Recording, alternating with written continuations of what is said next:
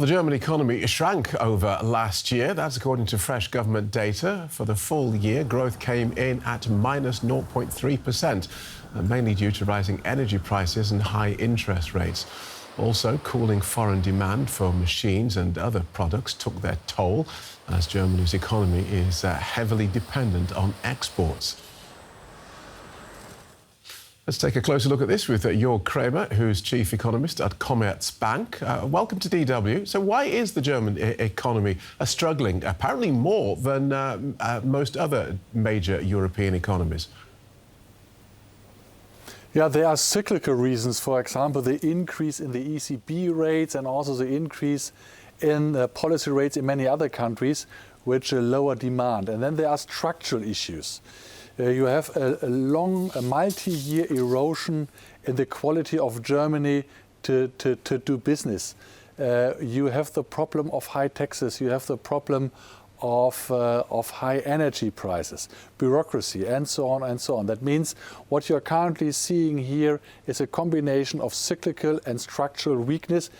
You may compare it to the multi-year period of stagnating GDP after the burst of the equity bubble in the year 2000. Over the past nearly 4 years, Germany has not grown at all.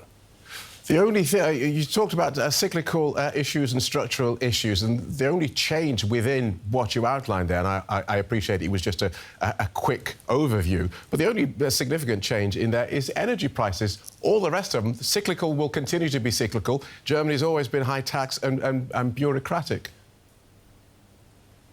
No, this is not true.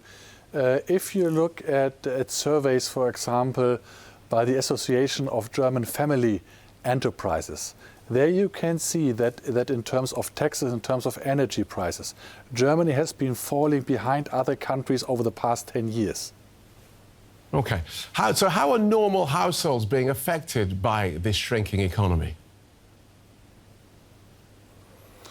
Well, the good thing is that we have a very resilient labor market in Germany, so the weakness in the economy is not reflected in weakness in the labor market.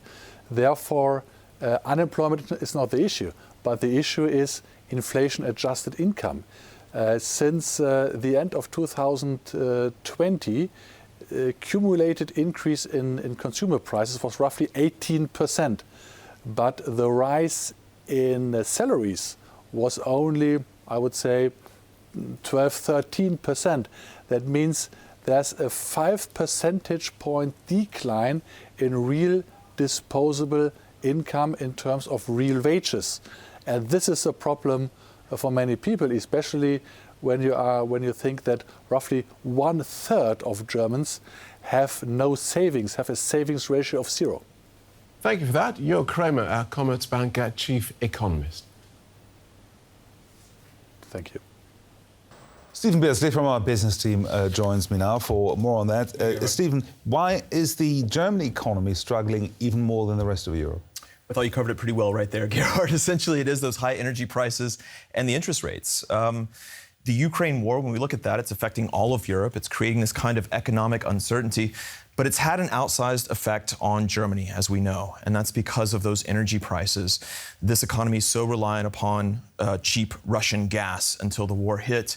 That affects households, it affects businesses, it especially affects industry that's very energy intensive, such as chemicals, such as glass, such as steel. Those are quite important, or not insignificant, I would say, in the manufacturing portfolio here in Germany. Also, as you mentioned, this is an export-oriented economy, and last year was still one of recovery from COVID, and some economies didn't recover all the way, such as China.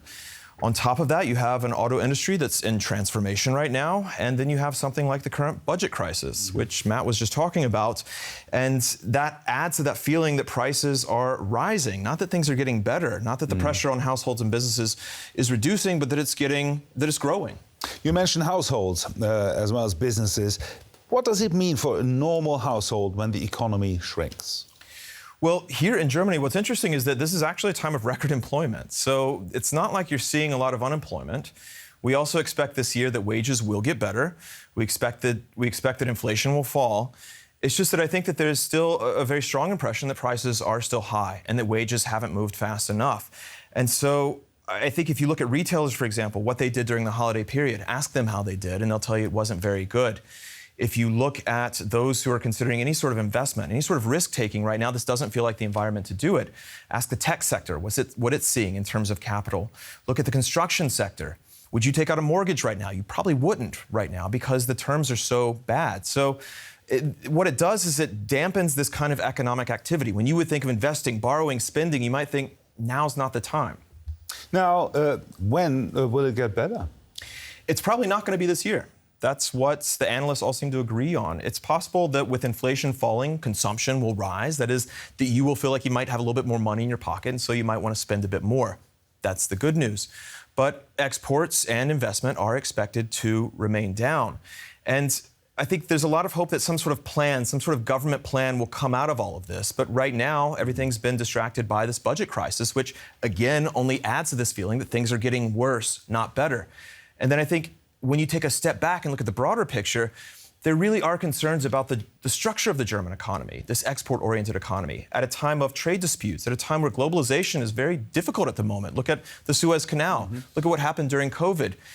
One that's focused very much on industry, on cheap energy costs. Is this still a modern economy?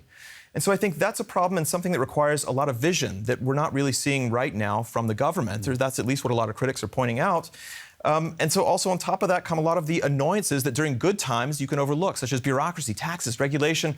All of these are sort of begging for some different idea or plan and vision. I think that's what a lot of people are calling for right now. Steven Beardsley, DW Business. Thank you very much, Steven.